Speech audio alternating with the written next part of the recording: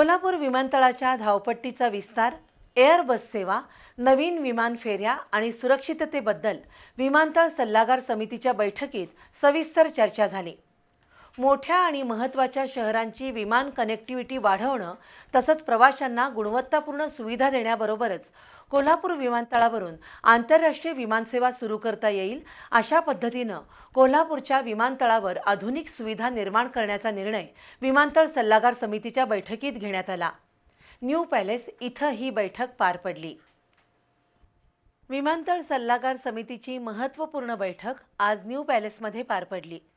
समितीचे अध्यक्ष खासदार श्रीमंत शाहू छत्रपती महाराज, खासदार धनंजय महाडिक, खासदार धैर्यशील माने, जिल्हाधिकारी अमोल येडगे, पोलीस अधीक्षक योगेश कुमार गुप्ता, करवीरच्या प्रांताधिकारी मौसमी चौगुले, समितीचे सचिव अनिल शिंदे यांच्यासह अशासकीय सदस्य बैठकीला उपस्थित होते। विमानतळ परिसर स्वच्छ, पर्यावरणपूरक, प्रदूषणमुक्त ठेवण्यासाठी घनकचरा व्यवस्थापन, अखंडित वीज पुरवठा, डॉक्टरसह रुग्णवाहिका अशा सुविधा उपलब्ध करण्याच्या सूचना खासदार श्रीमंत शाहू छत्रपती महाराज यांनी केल्या।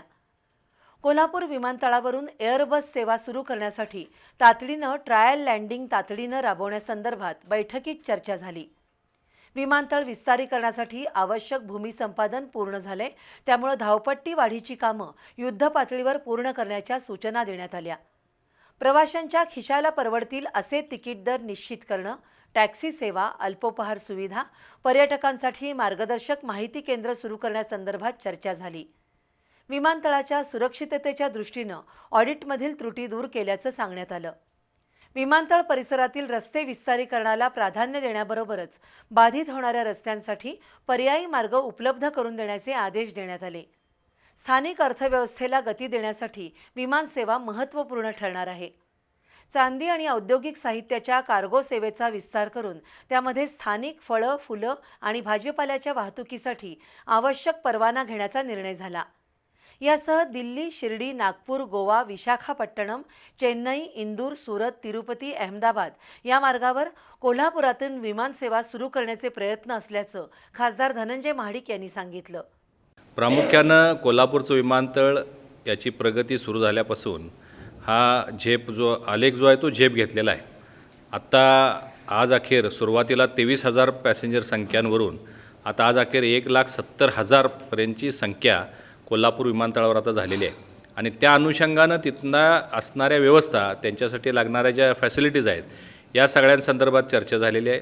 त्याचबरोबर सुरू असणाऱ्या विमानसेवा आणि नवीन कोणत्या कोणत्या डेस्टिनेशन्सला विमानसेवा असल्या पाहिजेत, त्यामध्ये नागपूर, शिर्डी, सुरत, हैदराबाद, तिरुपती अशा 5-6 नवीन डेस्टिनेशनची मागणी आपण सर्व मेंबर्सच्या माध्यमातून केलेली आहे। आज जवळजवळ 6 विमानसेवा सुरू आहेत। नजीकच्या काळात म्हणजे दिवाळीपर्यंत, ऑक्टोबरपर्यंत साधारण 15 विमानं आपल्या कोल्हापूर विमानतळावरून उड्डाण घेतील, यासाठी आमच्या सगळ्यांचा प्रयत्न असणार आहे। ऑक्टोबर 2026 पर्यंत कोल्हापुरातून किमान 15 मोठ्या शहरात विमानसेवा सुरू होईल। आंतरराष्ट्रीय विमानसेवा सुरू करता येईल अशा पद्धतीनं कोल्हापूर विमानतळाचा विस्तार करणार असल्याचं खासदार धनंजय महाडिक यांनी सांगितलं। पर्यटन वाढीसाठी कोल्हापूरचं विमानतळ रोल मॉडेल ठरेल असा विश्वास खासदार धैर्यशील माने यांनी व्यक्त केला। कोल्हापूरला गेल्या 4-5 वर्षामध्ये अतिशय मोठ्या प्रमाणात पर्यटनाच्या नवीन संधी उपलब्ध होत आहेत आणि कोल्हापूरच्या या सगळ्या फुटफॉलला विमानतळ हे अतिशय महत्त्वाचा त्या ठिकाणी घटक आहे की ज्याच्या माध्यमातून राष्ट्रीय आणि आंतरराष्ट्रीय पातळीवरचं पर्यटन कोल्हापूर जिल्ह्यामध्ये वाढावं। आज सर्वच कमिटी मेंबर्सनी बऱ्याचशा सूचना या निमित्तानं या ठिकाणी केल्या की पर्यटन वाढीसाठी सुद्धा कोल्हापूरचा कसा हा एअरपोर्ट या ठिकाणी मॉडेल म्हणून काम करेल याच्यासाठी म्हणून सुद्धा चर्चा झाली।